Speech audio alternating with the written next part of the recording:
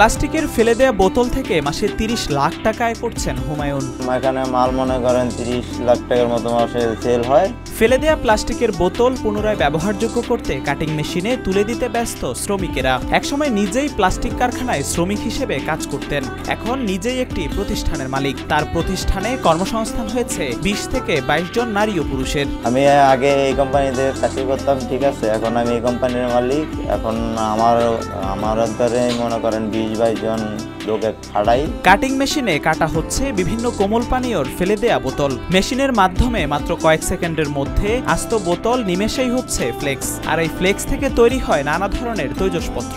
আমাদের এখানে মালগুলো নিয়ে ফাইবার জাতীয় মাল তৈরি করে, সুতা তৈরি করে, তারপরে বিভিন্ন ধরনের মাল তৈরি করে। বোতল আছে এবং সুতা আছে, ফাইবার আছে, অন্যান্য বোতল এবং বিভিন্ন ধরনের আইটেমের মাল তৈরি করা হয়। রাজধানীর পুরান ঢাকার কেল্লার মোড়ে আউয়াল প্লাস্টিক কাটিং নামে হুমায়ুনের কারখানা।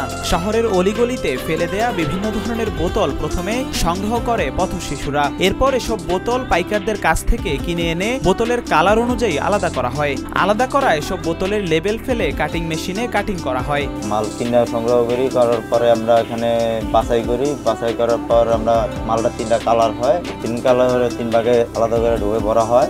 ভরার পর কাটারে আসে, আসার পর মাল কাটিং হয়। কাটিং হওয়ার পর ধোলাইতে যায়, ধোলাইতে থেকে হাউজে যায়। কাটিং করা বোতলের দানা হাউজে ফেলে পানি দিয়ে ভালোভাবে পরিষ্কার করা হয়। অন্য একটি মেশিনের সাহায্যে দানাগুলো শুকিয়ে কুলা দিয়ে চেলে বস্তায় প্যাকেটজাত করা হয়। হাউস থেকে আবার আমাদের মালটা শুকানো মেশিনে যায়। শুকানোর পর মহিলারা আছে, ওনারা আবার কুলা দিয়ে মাল উড়ায়।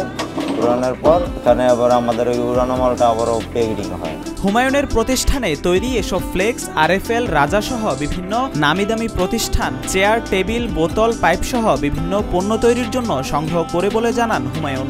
পরিত্যক্ত বোতল ফেলে দেওয়া বোতলগুলো সংগ্রহ করার পরে এগুলো আমরা প্রসেসিং করি। প্রসেসিং করার পরে এগুলো আবার আমাদের থেকে বাইরে বড় বড় কোম্পানি আছে, এগুলা মাল নিয়ে যায় আমাদের থেকে। এগুলো আছে মালে আছে কোম্পানি RFL, তারপরে রাজা, আরো বিভিন্ন কোম্পানি আছে।